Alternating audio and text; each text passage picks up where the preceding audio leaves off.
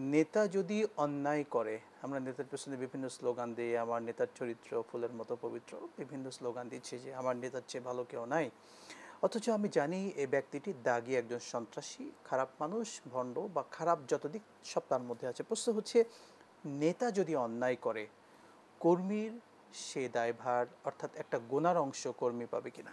নিঃসন্দেহে, তাতে কোনো সন্দেহ নেই। যদি নেতার আনুগত্য, নেতা যদি অন্যায় করে, তাহলে কর্মীর দায়িত্ব হচ্ছে তাকে সংশোধন করার জন্য আপ্রাণ চেষ্টা করা। হযরত আবু বকর সিদ্দিক রাদিয়াল্লাহু তাআলা যখন খলিফা হলেন, তখন তিনি বললেন, ফাইন রাআইতুমুনি আলা হাক্কিন ফাআইনুনি ওয়াইন রাআইতুমুনি আলা বাতিলিন ফাসাদ্দিদুনি। যদি তোমরা আমাকে সত্যের উপর, ন্যায়ের উপর অবিচল দেখো, প্রতিষ্ঠিত দেখো, তাহলে তোমরা আমাকে সমর্থন করবে, আমাকে সাহায্য করবে।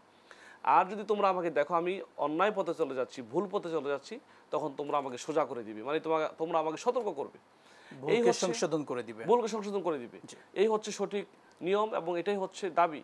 কিন্তু এখানে নেতা যদি অন্যায় কাজ করে, কর্মীরা যদি তাকে সমর্থন জানিয়ে যায়, তার পেছনে মিছিল করে যায়, তাকে ফুলের মতো পবিত্র বলে যায়, অথচ সে জানে তার নেতা খারাপ কাজ করে, অন্যায় কাজ করে, এটা নিঃসন্দেহে কর্মীর জন্য উচিত নয়।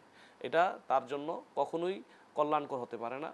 এর জন্য ওই নেতা যত অন্যায় কাজ করবে, সকল অন্যায় কাজের সমর্থন সে দেওয়ার কারণে তার গুনার একটা অংশ ওই কর্মীর আমলনামায়ও যোগ হবে। দুনিয়ার আমলনামা যোগ হবে, পরকালের আমলনামা যোগ হবে। দুনিয়ার আমলনামা কীভাবে যোগ হয় আমরা দেখেছি, যে ফেসিস্ট যত অন্যায় কাজ করেছে, ওই দোসররাও তার সমর্থন করার কারণে তারাও এখন অন্যায়ের শাস্তির শিকার হচ্ছে। সত্যিকার অর্থে আমরা আমানতের বিষয়টি আমাদের জীবনের সাথে ওতপ্রোতভাবে জড়িত, এটা প্রত্যেকটি ক্ষেত্রেই।